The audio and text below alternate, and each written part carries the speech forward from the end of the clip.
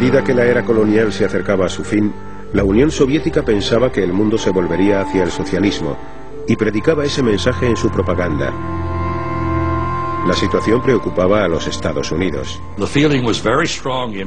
En Washington estaban convencidos de que los soviéticos estaban poniendo en práctica una política de expansión en el tercer mundo. Y su objetivo era evitarlo.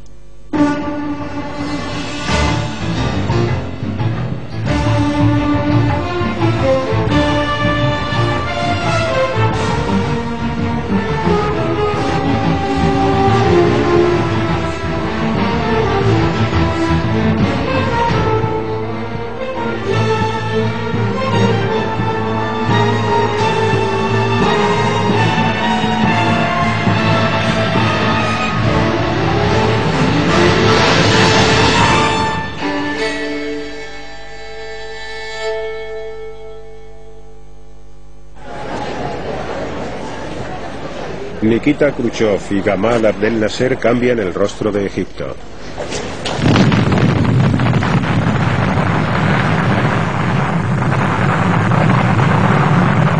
Cuando Occidente se negó a conceder un préstamo a Egipto para construir una presa en el Nilo, la Unión Soviética asumió el mando. Las naciones emergentes utilizaban la Guerra Fría para conseguir dinero y armas.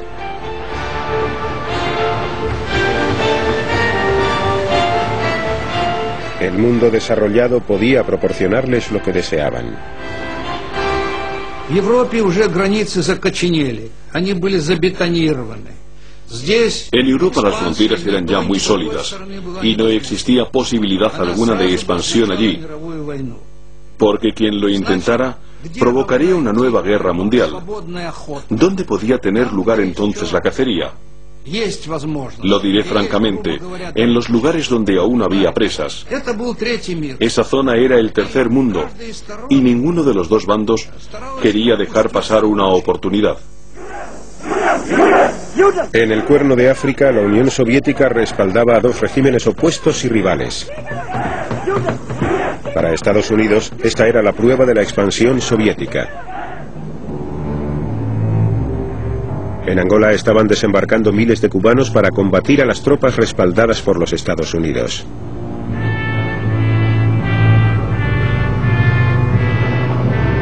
En Egipto, la Unión Soviética proporcionaba armas a un precio muy barato y con crédito. Pero el presidente Nasser no se dejaba influir con facilidad.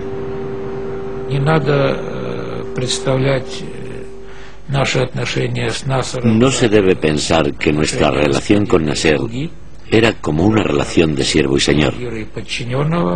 Nasser siempre hizo su propia política.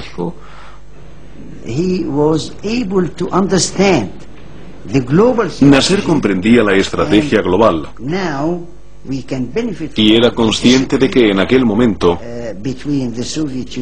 podíamos beneficiarnos de las discrepancias existentes entre los Estados Unidos y la Unión Soviética y sacar provecho de la situación para aumentar nuestras capacidades, tanto militares como económicas. Nasser era el héroe del mundo árabe. Los egipcios se unieron para la guerra.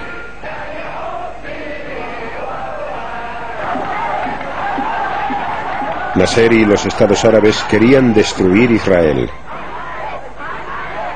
No era el caso de Moscú.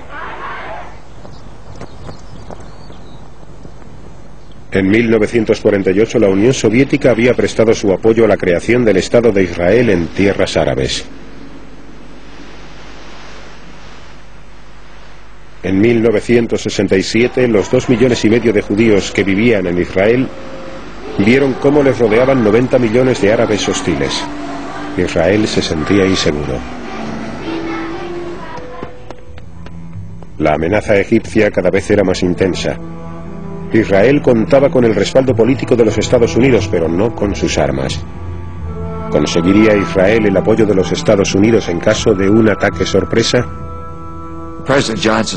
El presidente Johnson nos pidió que lleváramos al ministro de Asuntos Exteriores a las dependencias privadas de la Casa Blanca. Y hablando en plata, lo que intentamos fue apabullarle. O en términos más educados, convencerle de evitar un ataque preventivo. Al principio pensamos que lo habíamos conseguido.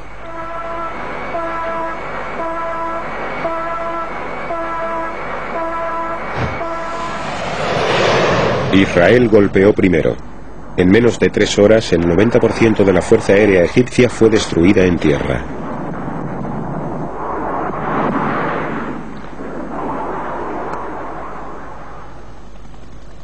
Los israelíes tomaron la zona este de Jerusalén. Los judíos pudieron rezar de nuevo en el Muro de las Lamentaciones. Los israelíes siguieron adelante y en solo 6 días derrotaron a los ejércitos de Egipto, Siria y Jordania. El mapa de Oriente Medio sufrió algunas modificaciones. Israel había triplicado su territorio.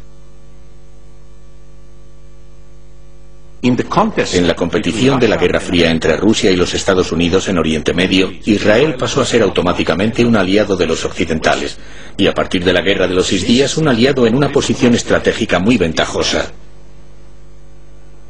Estados Unidos se convirtió en el principal proveedor de armas para Israel. En los territorios ocupados, 1 millón de árabes cayeron bajo dominio israelí.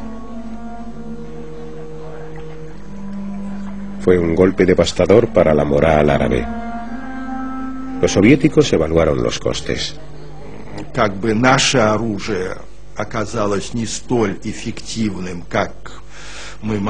Nuestras armas resultaron ser menos efectivas de lo que habíamos calculado.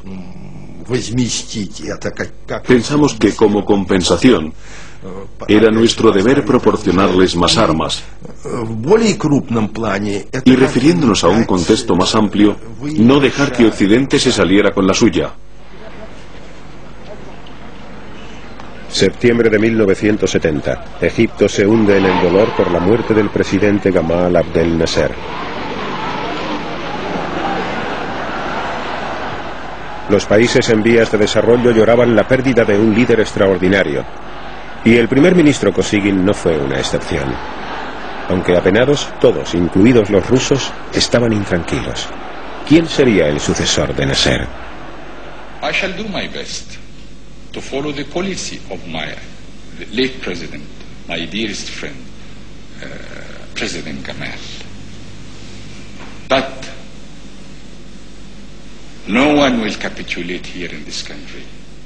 I am not ready to capitulate or to surrender 1 inch or a bit of sand.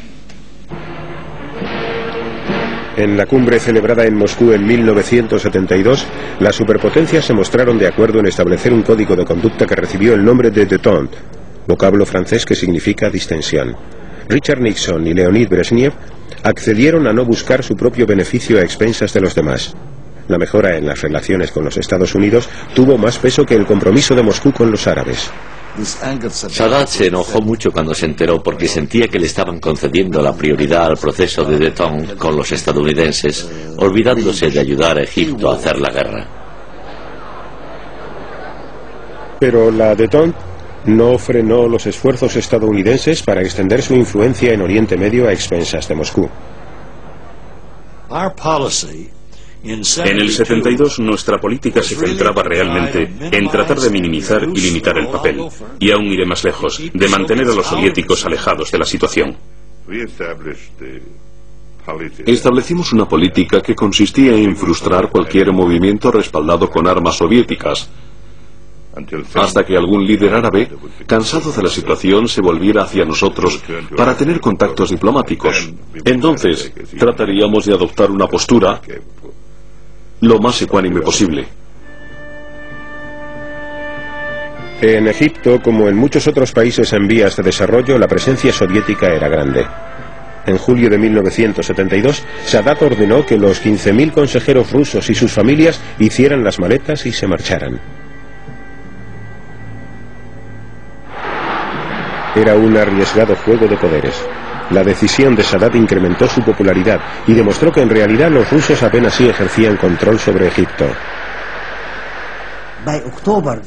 En octubre de 1972 decidieron volver a apoyar a Egipto y Sadat sacó partido de la situación. Dijo, bueno, los expulsé para expresar mi poder y que así nos dieran lo que necesitábamos. Y extrañamente, firmamos un acuerdo sobre armamentos después del mes de octubre, que fue uno de los mayores que hayamos firmado nunca con la Unión Soviética. Sadat necesitaba armas. Estaba planeando acabar con la precaria paz. Quería la guerra, la necesitaba. Estaba convencido de que no podía hacer otra cosa. Consideraba que la negociación